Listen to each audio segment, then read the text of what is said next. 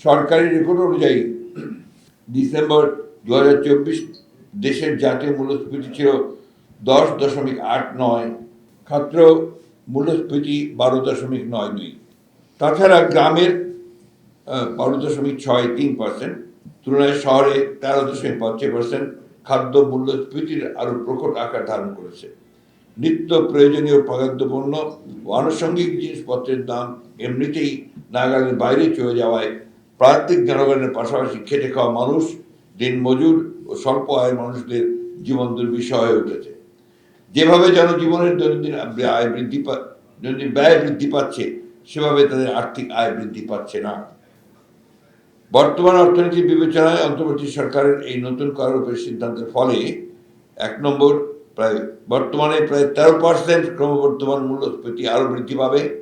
ক্রমবর্ধমান মূল্যস্ফীতির ফলে পরিবারের সঞ্চয় কমবে এবং ব্যাংক থেকে টাকা তোলার হার বেড়ে যাবে।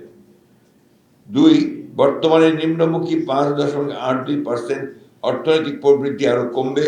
এর অর্থ হল অর্থনৈতিক গতি স্থবির বা মন্থর হয়ে পড়েছে।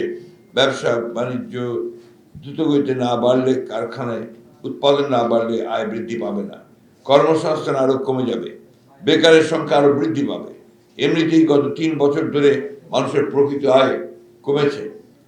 বিবিএস এর হিসেব অনুযায়ী গত ডিসেম্বর মানুষের আয় বেড়েছে 8%, কিন্তু জিনিসপত্রের দাম অর্থাৎ মূল্যস্ফীতি বেড়েছে প্রায় 11%। বাংলাদেশ ব্যাংকের গভর্নর 14 আগস্ট আশ্বাস দিয়েছিলেন 5-6 মাসের মধ্যে মূল্যস্ফীতি সহনীয় হবে, কিন্তু বাস্তবে তা বরং বেড়েছে। অথচ প্রতিবেশী দেশগুলো মূল্যস্ফীতি নিয়ন্ত্রণে কার্যকর পদক্ষেপ নিয়ে তার সুফল পেয়েছে। বাংলাদেশ যথাসময়ে যথাযথ পদক্ষেপ নিতে পারেনি। মূল্যস্ফীতি নিয়ন্ত্রণে মুদ্রা ও রাজস্ব নীতি ও বাজার ব্যবস্থাপনায় সমন্বিত পদক্ষেপের অভাব রয়েছে। গোষ্ঠী স্বার্থ উপেক্ষা করতে পারছে না সরকার। বাংলাদেশ ব্যাংক সুদের হার বাড়াচ্ছে মূল্যস্ফীতি কমাতে, অন্যদিকে সরকার কর বাড়িয়ে দিচ্ছে যা মূল্যস্ফীতি বাড়াবে। এক মন্ত্রণালয় আমদানির অনুমতি দিচ্ছে, আরেক মন্ত্রণালয়ের অধীনে সংস্থা তা আটকে দিচ্ছে। এই অদক্ষতা ও সমন্বয়হীনতার মাসুল দিতে হচ্ছে সাধারণ জনগণকে। একদিকে বিশ্বব্যাংক যেমন প্রবৃদ্ধি কমে যাওয়ার কথা বলছে, তেমনি 2025 সালে বাংলাদেশের অর্থনীতি 5টি বড় ঝুঁকির কথা বলেছে, যেমন মূল্যস্ফীতি, বেকারত্ব, অর্থনৈতিক অর্থাৎ বন্যা, তাপপ্রবাহ ফলে দূষণ সুযোগের অভাব এবং অর্থনৈতিক নিম্নমুখিতা। বিশ্ব ব্যাংকের global multidimensional poverty index MPI 2024 অনুসারে বাংলাদেশের চরম দরিদ্র জনগোষ্ঠীর সংখ্যা প্রায় 4,17 লাখ। বর্তমানে আরোপিত নতুন ব্যবহার স্তরে কর হার এই দরিদ্র মানুষদের দুর্ভোগ আরও বৃদ্ধি করবে। বিবিএস এর তথ্য মোতাবেক দেশের প্রায় 86% মানুষ অনানুষ্ঠানিক খাতে কাজ করেন। সারা দেশে এই ধরনের কর্মজীবী মানুষের সংখ্যা প্রায় 6 কোটির মতো। এছাড়া 2022 সালের জানুয়ারির পর থেকে 2024 সালের ডিসেম্বর পর্যন্ত কোনো মাসেই মূল্যস্ফীতির সঙ্গে তাল মেলাতে পারেনি মজুরি বৃদ্ধির হার। প্রতি মাসে গড়ে যত মজুরি বেড়েছে, মূল্যস্ফীতি ছিল তার চেয়ে বেশি। ফলে সাধারণ সীমিত আয়ের মানুষের বাজার থেকে নিত্য পণ্য সেবা কেনার সামর্থ্য কমেছে। গবেষণা প্রতিষ্ঠান সানেমের দেশব্যাপী গৃহস্থালী জরিপ 2023-এর আরেকটি সমীক্ষায় দেখা যায় যে সেপ্টেম্বর 2022 থেকে 2023 সালের ফেব্রুয়ারির মধ্যে উচ্চ মূল্যস্ফীতির চাপে 70% খানা বা পরিবার তাদের খাদ্যাভ্যাস পরিবর্তনে বাধ্য হয়েছে। 2024 সাল শেষে দেশে সার্বিক মূল্যস্ফীতি কিছুটা কমলেও খাদ্য মূল্যস্ফীতি এখনও 13 ছুঁই। অর্থনৈতিক পরিস্থিতি বিষয়ক শ্বেতপত্র প্রণয়ন কমিটি চূড়ান্ত প্রতিবেদনের প্রদত্ত তথ্য মোতাবেক বর্তমানে প্রায় 2 কোটি লোক রয়েছেন যারা দুদিন কাজ বা আয় করতে না পারলে দারিদ্র্য সীমার নিচে নেমে যেতে বাধ্য হবেন। পরিণতিতে জাতীয় দরিদ্রের হার পুনরায় 40% পৌঁছানোর আশঙ্কা করছেন অর্থনৈতিক বিশেষজ্ঞরা। সামগ্রিক অর্থনৈতিক চিত্রের বিবেচনায় এটা দ্ব্যর্থহীনভাবে বলা যায় যে নতুন করে ভ্যাট আরোপে স্বল্প আয়ের মানুষের দুর্দশা চরমভাবে বৃদ্ধির আশঙ্কা তৈরি করেছে।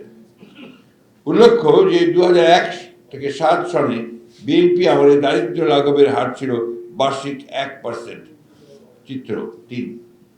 দারিদ্র্য লাঘবের যে হার গত 1.5 দশক ধরে ফ্যাসিস্ট হাসিনার সময় ক্রমাগতভাবে হ্রাস পেতে থাকে, তাছাড়া পতিত আওয়ামী লীগ সরকারের শাসনামলের 1.12% তুলনায় বিএনপি সরকারের শাসনামলে 1.76% দারিদ্র্য সীমার নিচে বসবাসকারী জনসংখ্যার বার্ষিক গড় হ্রাসের পরিমাণ বেশি ছিল। চিত্র 4। আমাদের মনে রাখতে হবে যে গ্রামের দরিদ্র মানুষ না খেয়ে মরে না ঠিকই, কিন্তু তারা অর্ধাহারে দিন কাটায়। বর্তমানে খাদ্যদ্রব্য সহ অন্যান্য জিনিসপত্রের দাম লাগামহীনভাবে বৃদ্ধি পাওয়ার কারণে একজনের আয় দিয়ে সংসার চালানো খুবই কষ্টসাধ্য হয়ে পড়েছে। তাই পিতা মাতা কোনো উপায় না দেখে ছেলেমেয়েদের কাজে লাগিয়ে দিচ্ছেন শুধু খেয়ে বেঁচে থাকার জন্য। তাই সরকারের ভ্যাট ও শুল্ক বৃদ্ধির প্রভাব শিক্ষাক্ষেত্র সহ সকল ক্ষেত্রে পড়তে বাধ্য ও সার্বিকভাবে হত দরিদ্রের উপরই পড়বে বেশি। 4. বর্তমান উচ্চ মূল্যের জ্বালানি খরচ আরও বাড়বে। 5. পর্যাপ্ত সময় না দিয়ে বিদ্যমান টার্নওভার ট্যাক্স থ্রেশহোল্ড 50 লাখ থেকে 30 লাখ এবং ভ্যাট রেজিস্ট্রেশন থ্রেশহোল্ড 3 কোটি থেকে 50 লাখে নির্ধারণ করা ক্ষুদ্র ব্যবসায়ীদের ওপর কমপ্লায়েন্স প্রেশার বাড়াবে এবং অপ্রাতিষ্ঠানিক অর্থনীতি ইনফর্মাল ইকোনমি বৃদ্ধি পাবে, যা দেশের জন্য কোনো অবস্থাতেই মঙ্গলজনক হবে না। 6. ব্যবসায়িক ব্যয় কস্ট অফ বিজনেস ও শিল্প কারখানাগুলোতে উৎপাদন খরচ বৃদ্ধি পাবে, মোট উৎপাদন হ্রাস পাবে, এতে বেকারত্ব আরও বৃদ্ধি পাবে।